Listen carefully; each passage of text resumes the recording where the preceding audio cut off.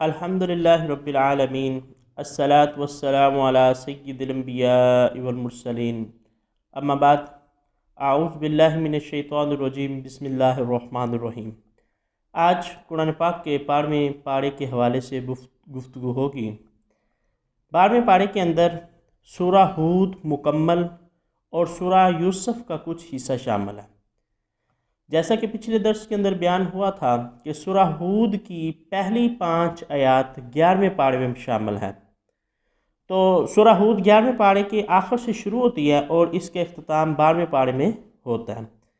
تو سورہ ہود جو ہے یہ 10 رکوعات پر مشتمل ہے، 123 آیات ہیں اور یہ مکی صورت ہے۔ قرآن کریم توحید توبہ کی بات ہونے کے بعد اللہ رب العزت نے اپنی قدرت کے دلائل بیان کیے۔ پہلے رکوع کے اندر فرمایا یہ اپنے سینوں میں اسلام اور پیغمبر اسلام علیہ السلام کے خلاف دشمنی کو چھپاتے ہیں، مگر اللہ رب العزت ان کے دلوں کے اندر چھپی ہوئی باتوں کو بھی جانتا ہے۔ زمین کے ہر جاندار کا رزق اس اللہ کے ذمہ ہے، اس کے رہنے کی جگہ کو بھی وہ جانتا ہے، یعنی وہ جاندار کہاں پہ رہتے ہیں اس کا بھی اس کو علم ہے، اور امانت رکھنے کی جگہ یعنی مرنے کے بعد وہ جاندار کس جگہ پر دفن ہوتا ہے، اللہ رب العزت کے علم کے اندر وہ بات بھی موجود ہے۔ پھر خالق کائنات نے انسان کی تخلیق کا مقصد بیان کیا تاکہ لوگوں کو آزمایا جائے کہ کون اچھا عمل کرتا ہے اور کون برا عمل کرتا ہے۔ یعنی انسان جو ہے اس کائنات کے اندر آیا، انسان کے لیے اللہ رب العزت نے اتنی جو کائنات ہے اس کو منظم کیا، اتنی چیزوں کو انسان کے کاموں میں لگا دیا، یعنی پوری کائنات انسان کے گرد ہی گھومتی ہے۔ تو اس کی وجہ کیا ہے کہ انسان کی آزمائش کی جائے، لوگوں کو دکھایا جائے کہ کون جو ہے وہ اچھا عمل کرتا ہے اور کون جو ہے وہ اللہ رب العزت کے راستے سے انحراف کرتا ہے۔ دوسرے رکوع کے اندر اللہ رب العزت نے انسان کے مزاج کی بات ہوئی۔ خالق کائنات نے فرمایا جب رحمت کے بعد آزمائش آتی ہے تو یہ شخص کیا کرتا ہے، ناشکرا بن جاتا ہے۔ جب اللہ رب العزت رحمت عطا فرماتا ہے، اللہ رب العزت کا فضل ہوتا ہے، بہت سا مال و دولت ہوتا ہے، تو انسان اکڑتا پھرتا ہے، اور جب انسان سے اللہ وہ چھین لیتا ہے اور اس کو آزماتا ہے تو انسان ناشکرا بن جاتا ہے، اور جب تنگی آتی ہے، تنگی کے بعد نعمت آتی ہے تو اترانا شروع کر دیتا ہے۔ یعنی اگر مال مل جائے تو تکبر میں آ جاتا ہے، وہ بندے کو انسان جو ہے انسان کو انسان سمجھنا چھوڑ دیتا ہے، اور جب اللہ رب العزت مال چھین کر آزماتا ہے تو پھر انسان جو ہے وہ ناشکری کرتا ہے، گلے شکوے جو ہے وہ کرنا شروع کر دیتا ہے۔ اس کے بعد تیسرے اور چوتھے رکوع کے اندر ان دونوں رکوعات کے اندر حضرت نوح علیہ السلام کا تذکرہ ہوا۔ انہوں نے اپنی قوم کو سمجھانے کی کوشش کی تو قوم نے کہا کہ بات کو آپ لمبا نہ کریں، یعنی آپ تو بات کو جو ہے وہ طول دے رہے ہیں، تو لے آئیں اس عذاب کو جس کی آپ بات کرتے ہیں۔ نوح علیہ السلام کی قوم نے کہا کہ آپ جس عذاب کی بات کرتے ہیں آپ بات کو طول نہ دیں، بات کو لمبا نہ کریں، آپ وہ عذاب جو ہے وہ لے آئیں۔ تو رب کائنات نے حضرت نوح علیہ السلام کو حکم ارشاد فرمایا کہ آپ کشتی بنائیں۔ جب حضرت نوح علیہ السلام نے کشتی بنانا شروع کی تو قوم نے جو ہے نوح علیہ السلام کا مذاق اڑانا شروع کر دیا۔ وہ کشتی بناتے نوح علیہ السلام، اور قوم جو ہے وہ جب پاس سے گزرتی تو نوح علیہ السلام کو مذاق کرتی، تو اللہ رب العزت کا عذاب آیا۔ ہر چیز کا جوڑا جوڑا خالق کائنات نے حضرت نوح علیہ السلام کو حکم دیا کہ کشتی میں سوار کر لو، اور اس کے ساتھ وہ 80 لوگ جو ایمان لائے تھے ان کو بھی حضرت نوح علیہ السلام نے اپنے ساتھ کشتی میں سوار کر دیا۔ حضرت نوح علیہ السلام نے اپنے بیٹے سے کہا کہ تم بھی سوار ہو جاؤ، تو حضرت نوح علیہ السلام کا بیٹا کہنے لگا جی مجھے کشتی کی ضرورت نہیں ہے۔ اس بات کا بیان ان دونوں رکوعات کے اندر ہوا۔ بیٹا کہنے لگا مجھے کشتی کی ضرورت نہیں ہے، میں جو ہے وہ پہاڑوں کے اوپر چڑھ جاؤں گا، یعنی جب اللہ کا عذاب آئے گا، بارش آئے گی تو میں پہاڑوں کے اوپر چڑھ جاؤں گا۔ لیکن اللہ رب العزت کا جب عذاب آیا تو زمین نے پانی اگلنا شروع کر دیا، زمین میں تنور سے پانی پھوٹنا شروع ہوا، آسمان سے پانی برسنا شروع ہوا، اتنا پانی ہوا کہ اس پانی سے جو ہے اس کے اندر پہاڑ بھی ڈوب گئے، یعنی پہاڑوں سے بھی وہ پانی جو ہے وہ بلند ہو گیا۔ نوح علیہ السلام نے اللہ رب العزت کی بارگاہ میں بات کی کہ باری تعالیٰ میرا بیٹا، تو خالق کائنات نے فرمایا اے نوح تمہارا بیٹا تمہارے اہل بیت میں شامل نہیں، تمہارے اہل بیت میں صرف وہی لوگ شامل ہیں جو ایمان والے ہیں۔ تو اس سے ایک بات سمجھ میں آتی ہے کہ اہل بیت اہل ہونے کا وہی اہل ہے جو اس مشن کے ساتھ زندہ ہوتا ہے، اس کے بعد 5ویں رکوع کے اندر اللہ رب العزت نے فرمایا حضرت ہود علیہ السلام کا ذکر کہ جو قوم عاد کی طرف آئے، انہوں نے اپنی قوم کو طرح طرح سے سمجھایا، مگر قوم نے ماننے سے انکار کر دیا۔ انہوں نے کہا میں اس پر کوئی جو ہے وہ اجرت نہیں مانگتا، کوئی اجر نہیں مانگتا، میں اللہ کی طرف سے مابعوث ہوں، تمہیں سمجھانے کے لیے آیا ہوں تاکہ تم اللہ کی توحید کے قائل ہو جاؤ۔ لیکن اس قوم نے بھی حضرت ہود علیہ السلام کو ماننے سے انکار کر دیا، اور انہوں نے کہنا شروع کر دیا معاذ اللہ ہمارے کسی دیوتا نے ناراض ہو کر حضرت ہود علیہ السلام کی عقل کو زائل کر دیا، اس لیے حضرت ہود علیہ السلام جو ہیں وہ اس طرح کی باتیں کرتے ہیں۔ لیکن جب وہ لوگ مسلسل کفر کرتے رہے، نافرمانی کرتے رہے، تو اللہ کا عذاب آیا، پوری قوم تباہ ہوگی۔ وہ لوگ جو حضرت ہود علیہ السلام پر ایمان لائے تھے، رب کائنات نے ان کو بچا لیا۔ پھر 6 رکوع کے اندر جہاں بھی قوم عاد کا ذکر ہوا، اس کے ساتھ قوم سمود کا بھی ذکر ہوا۔ تو 6 رکوع کے اندر اللہ رب العزت نے قوم سمود کا ذکر کیا کہ ان کی طرف حضرت صالح علیہ السلام کو بھیجا گیا۔ انہوں نے قوم کو سمجھایا، قوم نے معجزہ مانگا، پہاڑ شق ہوا، اس میں سے اونٹنی برآمد ہوئی، اونٹنی نے آتے ہی بچے کو جنم دیا۔ اللہ رب العزت نے فرمایا یہ اونٹنی اللہ کی نشانیوں میں سے ہے، تو اس کی توقیر کرو، اس کا احترام کرو۔ لیکن ان لوگوں نے اس اونٹنی کو ہلاک کر دیا، اللہ کی طرف سے ایک کڑک آئی اور ساری قوم جو ہے وہ ہلاک ہو گئی۔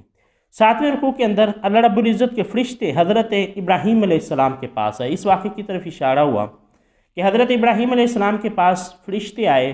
اب ان لوگوں کا طریقہ کار یہ تھا کہ جب مہمان آتا تو اس کے سامنے کھانا پیش کیا جاتا۔ ہر علاقے کی اپنی ثقافت ہے، اپنا کلچر ہے۔ ہمارے ہاں کوئی مہمان آتا ہے تو پوچھتے ہیں جی کیا کھاؤ گے، کیا پئیں گے، سوال جواب ہوتا ہے۔ لیکن وہاں کیا تھا کہ جب مہمان آتا تو اس کے سامنے کھانا رکھ دیا جاتا، اگر وہ کھانا کھا لیتا تو اس کا مطلب یہ صلح کا معاملہ ہے، یعنی کوئی دشمنی، کوئی ناراضگی نہیں ہے۔ لیکن اگر مہمان کھانا نہ کھاتا تو اس کا مطلب ہے وہ شخص جو ہے وہ صلح کرنے نہیں بلکہ جنگ کے لیے آئے، یا وہ کوئی دشمنی یا کوئی فساد کے لیے آئے۔ اب فرشتے آئے تو حضرت ابراہیم علیہ السلام نے ان کے سامنے بھنا ہوا گوشت رکھا، تو فرشتے تھے وہ کھانے سے تو پاک تھے۔ انہوں نے کہا جی، حضرت ابراہیم علیہ السلام نے جب دیکھا کہ یہ کھانا نہیں کھا رہے تو فرشتوں سے انہوں نے خوف محسوس کیا کہ یہ لوگ جو ہیں یہ صلح کے معاملے میں نہیں آئے۔ جب فرشتوں نے دیکھا کہ حضرت ابراہیم علیہ السلام خوف محسوس کر رہے ہیں تو انہوں نے کہا ابراہیم خلیل اللہ آپ پریشان نہ ہوں، ہم انسان تھوڑی ہیں، ہم تو اللہ رب العزت کے بھیجے ہوئے فرشتے ہیں، تو آپ کو خوشخبری دینے آئے ہیں کہ اللہ رب العزت آپ کو حضرت اسحاق علیہ السلام عطا فرمائے گا۔ تو وہاں ایک عجیب معاملہ جو ہے وہ جس کو فیلنگ کہتے ہیں، فیلنگ کا اظہار، حضرت سارہ رضی اللہ تعالی عنہ جو حضرت ابراہیم علیہ السلام کی زوجہ ہیں وہ سن رہی تھیں، تو انکانشیس ان کی ہنسی نکل گئی کہ اب اس عمر میں جب کہ میں بھی بوڑھی ہو چکی ہوں، ابراہیم علیہ السلام بھی بوڑھے ہو چکے ہیں، ہمیں اللہ رب العزت جو ہے وہ اولاد عطا فرمائے گا۔ پھر جب حضرت ابراہیم علیہ السلام سے خوف دور ہو گیا تو انہوں نے فرشتوں سے پوچھا کہ آئے کدھر ہے؟ تو فرشتوں نے کہا ہم لوط علیہ السلام کی قوم کے لیے آئے ہیں تاکہ ان پر عذاب نازل کیا جائے۔ تو قرآن کہتا ہے ابراہیم علیہ السلام نے اس معاملے میں فرشتوں سے جھگڑنا شروع کر دیا۔ قرآن پاک میں کئی مقامات پر یہ واقعہ بیان ہوا کہ ابراہیم علیہ السلام نے کہا اگر اس بستی میں کچھ نیک لوگ ہوں پھر بھی عذاب نازل کرو گے؟ انہوں نے کہا نہیں۔ اگر 10 لوگ ہوں گے پھر عذاب نازل کرو گے؟ فرمایا نہیں۔ وہ کم کرتے گئے، کہنے لگے اچھا اس میں لوط علیہ السلام تو ہیں۔ تو اللہ فرشتوں نے کہا ابراہیم آپ اس معاملے میں ہم سے کیوں جھگڑا کر رہے ہیں کہ جس کا فیصلہ رب کائنات نے لوح محفوظ پر فرما دیا۔ فرشتے وہاں سے گئے حضرت لوط علیہ السلام کے پاس، تو لوط علیہ السلام جب انہوں نے فرشتوں کو دیکھا، فرشتے چونکہ نوجوان لڑکوں کی صورت میں گئے تھے، خوبصورت لڑکوں کی شکل میں، تو لوط علیہ السلام نے جب فرشتوں کو دیکھا تو پریشان ہو گئے اور کہنے لگے آج بڑی مصیبت کا دن ہے۔ یعنی نبی کی یہ شان ہے، اگر کوئی ان کے پاس مہمان ٹھہرنا چاہے تو نبی منع نہیں کر سکتا۔ فرشتوں نے کہا جی ہم مہمان ٹھہرنا چاہتے ہیں۔ اب لوط علیہ السلام جو ہے وہ فرشتوں کو منع نہ کر سکے، لیکن ان کی جو حیت تھی ظاہری، یعنی وہ نوجوان لڑکوں کی صورت میں تھے، اس لیے لوط علیہ السلام پریشان ہوئے اور بار بار کہنے لگے کہ آج بڑی مصیبت کا دن ہے۔ تو مہمانوں کا سن کر جو ہے جب حضرت لوط علیہ السلام کے گھر وہ فرشتے آ گئے تو آپ کی بیوی نے کھڑے ہو کر لوگوں میں اعلان کر دیا کہ دیکھو لوط علیہ السلام کس کو لے کر آئے ہیں۔ قوم جو ہے وہ حضرت لوط علیہ السلام کے دروازے پر آ گئی اور کہنے لگی لوط مہمانوں کو ہمارے حوالے کرو، ہم نے تمہیں منع نہیں کیا تھا کہ تمہارے کوئی بھی مہمان ہو ہماری اجازت سے ٹھہرایا کرو۔ تو لوط علیہ السلام نے قوم کو سمجھایا کہ اے میری قوم، اللہ رب العزت نے لڑکوں کو اس لیے پیدا نہیں کیا بلکہ تم لڑکیوں کی طرف رغبت رکھو۔ تو قوم نے کہنا شروع کیا کہ ہمیں لڑکیوں میں رغبت نہیں ہے، آپ جو بات ہم کہہ رہے ہیں مہمانوں کو ہمارے حوالے کریں۔ تو اب جب فرشتوں نے دیکھا کہ حضرت لوط علیہ السلام جو ہے وہ پریشان ہو رہے ہیں، تو فرشتوں نے حضرت لوط علیہ السلام سے کہا کہ آپ پریشان نہ ہوں، ہم لڑکے تھوڑی ہیں، ہم تو اللہ رب العزت کے بھیجے ہوئے فرشتے ہیں۔ تو رات کو حضرت لوط علیہ السلام اور ان کی فیملی کو فرشتوں نے جانے کا کہا، اور جو ان کی بیوی تھی اس کے لیے یہ حکم نہیں تھا، یعنی فرشتوں نے کہا کہ آپ میں سے کوئی پیچھے مڑ کر نہ دیکھے۔ بیوی نے پیچھے مڑ کر دیکھا، قوم پر عذاب نازل ہوا، پتھروں کی بارش ہوئی، ایک پتھر بیوی کو بھی آ کر لگا، وہ بھی ہلاک ہو گئی۔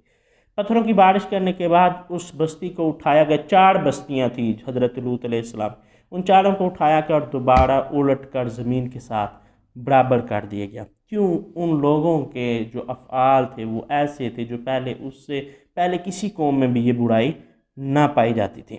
اس کے بعد 8ویں رکوع کے اندر حضرت شعیب علیہ السلام کا واقعہ بیان ہوا، انہیں مدین کی طرف مابعوث کیا گیا۔ ان کی قوم جو ہے وہ ناپ تول میں کمی پیشی کرتی تھی، آپ نے انہیں کئی طریقوں سے سمجھایا مگر وہ لوگ باز نہ آئے، ایسا کہنے لگے کہ ہم آپ کو سنگسار کر دیتے اگر ہمیں آپ کے خاندان کا خیال نہ ہوتا۔ الٹا وہ حضرت شعیب علیہ السلام سے کہنے لگے کہ اگر ہمیں تمہارے خاندان کا خیال نہ ہوتا تو ہم تو تمہیں سنگسار کر دیتے۔ تو حضرت شعیب علیہ السلام نے کہا اچھا تمہیں میرے خاندان کی زیادہ فکر ہے، اللہ کی کوئی فکر نہیں ہے، یعنی اللہ میرے خاندان سے بھی زیادہ قوی و قادر ہے، تم اللہ کو چھوڑ کر میرے خاندان کی فکر کی وجہ سے مجھ پر یہ زیادتی نہیں کر رہے۔ تو خیر حضرت شعیب علیہ السلام نے اپنی قوم کو بتیرا سمجھایا، لیکن وہ قوم باز آنے والی نہ تھی، تو بالآخر ان پر ایک کڑک آئی اور وہ پوری بستی جو ہے وہ تباہ ہو گئی۔ 9ویں رکوع کے اندر حضرت موسیٰ علیہ السلام اور فرعون کا ذکر ہوا، اور ان کے ذکر میں اللہ رب العزت نے ایک بات کی کہ قیامت کے دن فرعون آگے آگے ہوگا اور فرعونی پیچھے پیچھے ہوں گے، یعنی فرعون کے نظریہ رکھنے والے لوگ جو ہیں وہ فرعون کے ساتھ اکٹھے جا رہے ہوں گے، ان سارے کو پورے گروہ کو جہنم کے اندر جو ہے وہ داخل کر دیا جائے گا۔ اور پھر اس کے بعد قیامت کا تفصیلاً جو ہے وہ بیان 9ویں رکوع کے اندر ہوا۔ 10ویں رکوع کے اندر متفرق احکامات ارشاد فرمائے۔ پہلا حکم، آپ ثابت قدم رہیں۔ رسول اللہ صلی اللہ علیہ وآلہ وسلم کو حکم ہوا کہ نبی علیہ السلام آپ ثابت قدم رہیں۔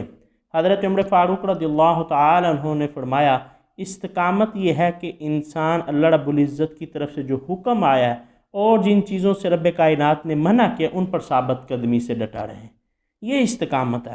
دوسرا حکم یہ ہوا کہ ظالموں کی طرف رجوع نہ کریں۔ ظالم جو ہیں، جن لوگوں کو اقتدار ملا یا نہ ملا یا دولت ملی لیکن وہ ظلم کرنے والے ہیں، ان کی طرف رغبت نہ رکھیں۔ یعنی ہم اپنے معاشرے کے اندر دیکھیں تو ہم لوگوں کی کوشش ہوتی ہے جو اہل ثروت لوگ ہیں ان کے ساتھ اپنے رابطوں کو استوار کریں، بڑھائیں، لیکن اسلام کا حکم یہ ہے کہ اگر وہ ظالم ہیں تو ان کے ساتھ تعلقات جو ہیں وہ نہ بڑھائیں جائیں۔ پھر ایک اور بڑی خوبصورت بات ہوئی، رب کائنات نے فرمایا نیکیاں جو ہیں وہ گناہوں کو مٹا دیتی ہیں۔ اس لیے رسول اللہ صلی اللہ علیہ وآلہ وسلم نے فرمایا اگر تم سے گناہ ہو جائے تو فوراً اس کے بعد نیکی کیا کرو یا اس گناہ کے لیے اللہ کی بارگاہ میں استغفار کیا کرو، یعنی گناہ پر انسان ڈٹے نہ، جب گناہ ہوا اس کے بعد نیکی کی۔ ایک روایت کے اندر رسول اللہ صلی اللہ علیہ وآلہ وسلم نے اپنے صحابہ سے پوچھا میرے صحابہ بتاؤ اگر کسی شخص کے گھر کے سامنے سے نہر گزر رہی ہو اور وہ 5 دفعہ اس میں غسل کرے تو کیا اس پر کوئی میل کچیل باقی رہ جاتا ہے؟ صحابہ کرام علیہم رضوان نے عرض کیا یا رسول اللہ علیہ وسلم نہیں رہتا۔ تو آقا علیہ السلام نے فرمایا یہی مثال نماز کی ہے، نماز چونکہ فی ذات ہی نیکی ہے، جب انسان نماز پر استقامت اختیار کرتا ہے تو اس کے گناہ بھی جڑتے رہتے ہیں اور وہ گناہوں سے باز بھی رہتا ہے۔ پھر اس کے بعد اسی رکوع کے اندر صبر کا بھی حکم ہوا، اور پھر آخر میں اللہ رب العزت نے فرمایا کہ اللہ پر بھروسہ اور اسی پر توکل رکھو۔ اس پر اللہ رب العزت نے اس سورہ مبارکہ کا اختتام فرما دیا۔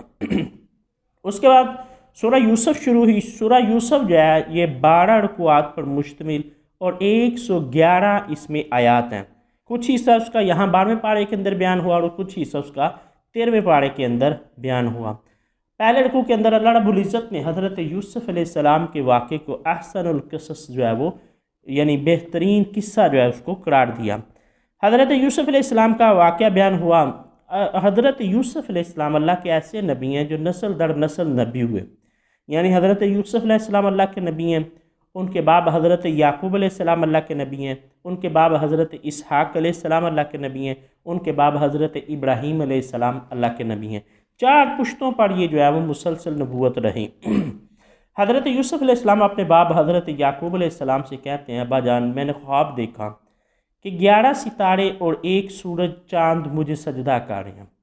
حضرت یعقوب علیہ السلام نے جب حضرت یوسف علیہ السلام سے یہ خواب سنا تو انہوں نے کہا، بیٹا اپنے بھائیوں سے اس کا ذکر نہ کرنا، مجھے خطرہ ہے کہ کہیں وہ تمہارے خلاف کوئی سازش نہ کریں۔ اب وہاں پر جو معاملہ تھا وہ یہ تھا کہ حضرت یعقوب علیہ السلام کے 12 بیٹے تھے، جن میں سے 6 بیٹے ایک بیوی میں سے، اور حضرت یوسف علیہ السلام اور حضرت بنیامین جو ہے وہ ایک بیوی میں سے تھے، باقی 4 بیٹے جو ہیں وہ باندیوں میں سے تھے۔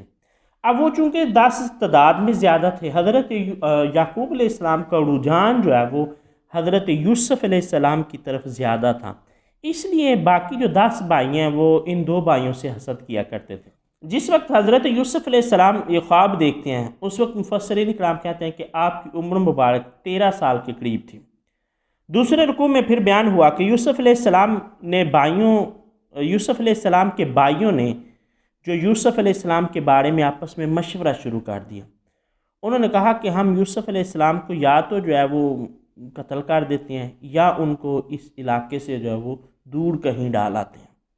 اس بات کے بارے میں ان کی میٹنگ ہوئی تو ان میں سے ایک کہنے لگا کہ ایسا کرتے ہم ان کو قتل نہیں کرتے بلکہ ان کو دور کسی گہرے کنویں کے اندر ڈال آتے ہیں، وہاں سے کوئی قافلہ گزرے گا تو وہ کیا کرے گا کہ وہ قافلے والے ان کو نکال لیں گے، اس سے ان کی زندگی بھی بچ جائے گی، ہمارا جو مسئلہ ہے وہ بھی حل ہو جائے گا، یعنی ہم اپنے باپ کی توجہ جو ہے وہ حاصل کر لیں گے۔ یہ کام کرنے کے بعد ہم لوگ توبہ کر لیں گے اور نیک بن جائیں گے۔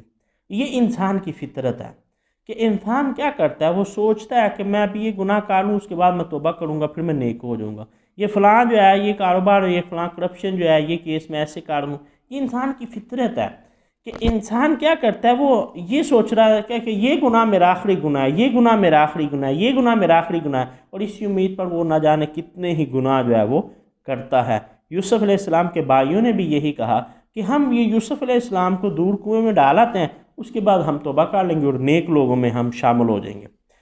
ان میں سے ایک اب ہوا کیا، وہ اپنے باپ سے کہتے ہیں، ابا جان آپ حضرت یوسف علیہ السلام کے بارے میں ہم پر اعتماد نہیں کرتے، کل ہمارا یہ ارادہ ہے کہ ہم جائیں دور جنگل کے اندر، وہاں کھائیں گے کھیلیں گے، آپ یوسف علیہ السلام کو بھی ہمارے ساتھ بھیج دیں۔ حضرت یعقوب علیہ السلام نے کہا مجھے یہ ڈر ہے کہیں ان کو بھیڑیا نہ کھا جائے۔ تو وہ بیٹے کہنے لگے، ابا جانا فکر نہ کریں، ہم جتھا ہیں، ہماری تعداد زیادہ ہے، ہم ان کی حفاظت کریں گے۔ یعقوب علیہ السلام نے یوسف علیہ السلام کو ساتھ جانے کی اجازت دے دی۔ اب وہاں پر ان لوگوں نے حضرت یوسف علیہ السلام کو ایک کنویں کے اندر ڈالا اور واپس ایک قمیض، حضرت یوسف علیہ السلام کی قمیض پر جھوٹا خون لگا کر حضرت یعقوب علیہ السلام کے پاس آ گئے۔ حضرت یعقوب علیہ السلام نے جب معاملہ دیکھا تو کہنے لگے کہ میں اللہ کی بارگاہ میں صبر جمیل کرتا ہوں، یعنی مجھے تمہاری ان باتوں پر یقین نہیں ہے لیکن میں اللہ کے لیے صبر جمیل کرتا ہوں۔ اور اس کے بعد یوسف علیہ السلام جو ہے ان کو کسی نے، ایک قافلہ گزر رہا تھا، انہوں نے یوسف علیہ السلام کو باہر نکال لیا۔ اور یہاں ایک روایت یہ بھی ملتی ہے کہ یہ بھائی دوبارہ واپس گئے۔ یوسف علیہ السلام کو 3 دن کے بعد جا کر انہوں نے دیکھا تو کنویں کے اندر یوسف علیہ السلام نہیں ہے۔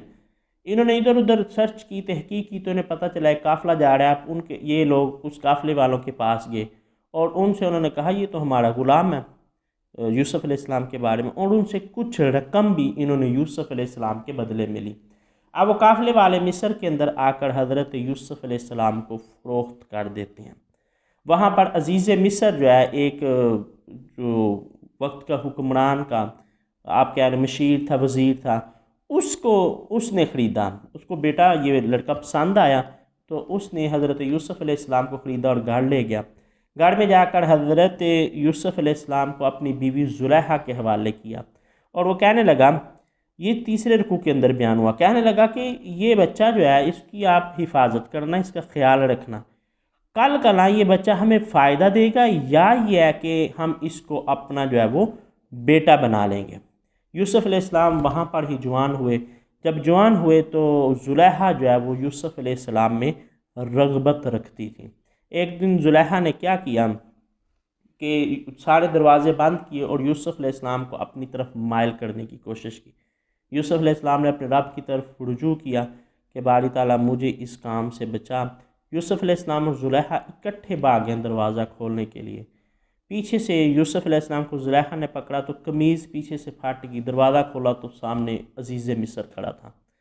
اب وہاں پر یوسف علیہ السلام بات کرتے، یوسف علیہ السلام کے بات کرنے سے پہلے ہی زلیخا بول اٹھی، کہنے لگی دیکھو اس شخص کی سزا جیل کے علاوہ کیا ہو سکتی ہے کہ جس نے عزیز مصر کی بیوی کی عزت پر جو ہے وہ ڈاکہ ڈالنے کی کوشش کی ہے۔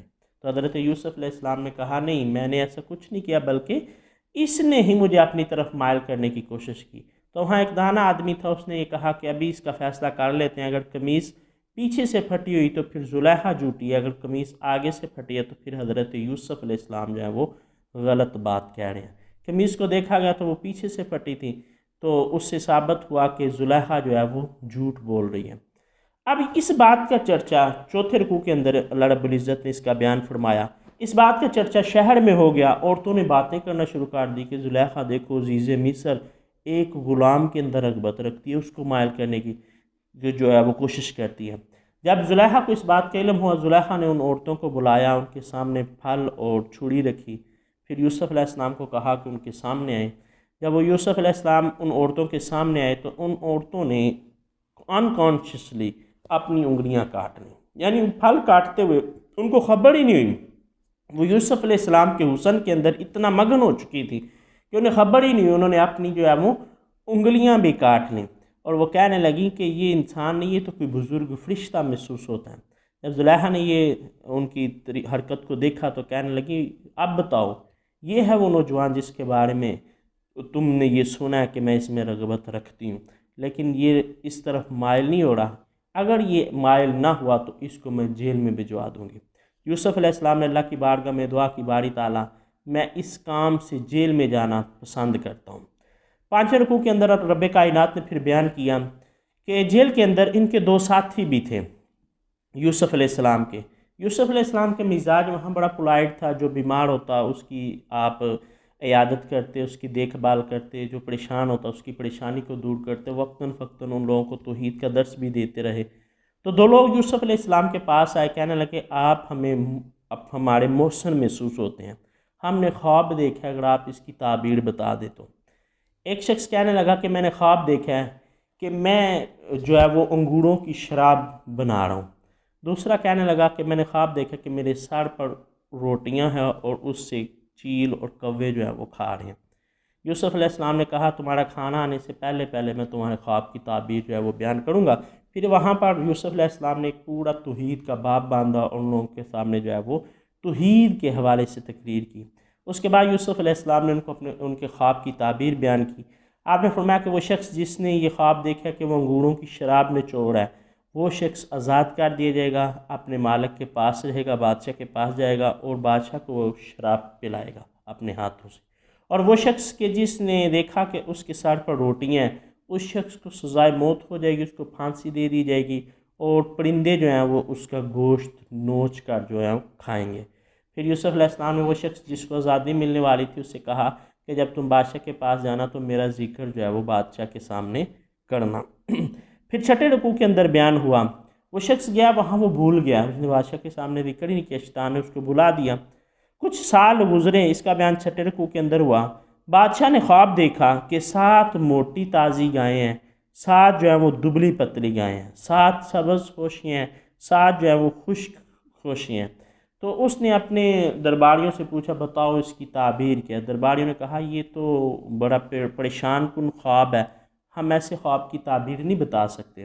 اب اس لڑکے کو، اس نوجوان کو فوراً یاد آیا کہ ہمارے خواب کی تعبیر جو ہے وہ یوسف علیہ السلام نے بتائی تھی۔ اس نے کہا بادشاہ سلامت میں خواب کی تعبیر بتاؤں گا، اور وہ یوسف علیہ السلام کے پاس گئے، ان سے یہ خواب بیان کیا۔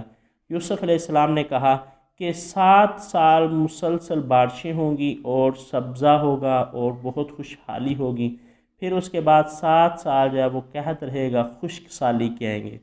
تو جب 7 سال جو ہے وہ سبزہ ہو، فصل اچھی ہو، تو فصل کو خوشوں کے اندر رہنے دینا، جتنی ضرورت ہو اتنی نکال کے صرف کھانا، اور جب خشکی کے سال آئیں گے تو تب وہ گندم جو بچ جائے گی خوشوں کے اندر موجود ہوگی اس کو نکال کر جو ہے وہ استعمال کرنا۔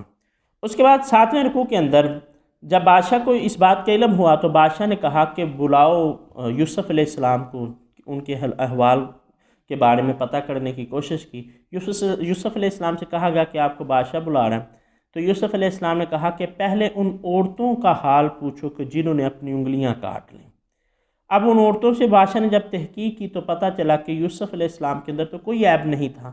زلیخا نے بھی اپنا اقبال جرم کر لیا، اس نے کہا یقیناً یوسف علیہ السلام جو ہیں ان کے اندر کوئی عیب نہیں تھا، میں نے ہی جھوٹے الزام میں ان کو جیل کے اندر قید کروایا۔ یہاں پر جو ہے وہ اس پارے کا اختتام ہو جاتا ہے، اور اس کا اگلا واقعہ انشاءاللہ اگلے جو ہے وہ پارے کے اندر بیان ہوگا۔ اللہ رب العزت کی بارگاہ میں دعا کرتے ہیں خالق کائنات سمجھنے کی توفیق عطا فرمائے۔ وما علینا الا البلاغ المبین۔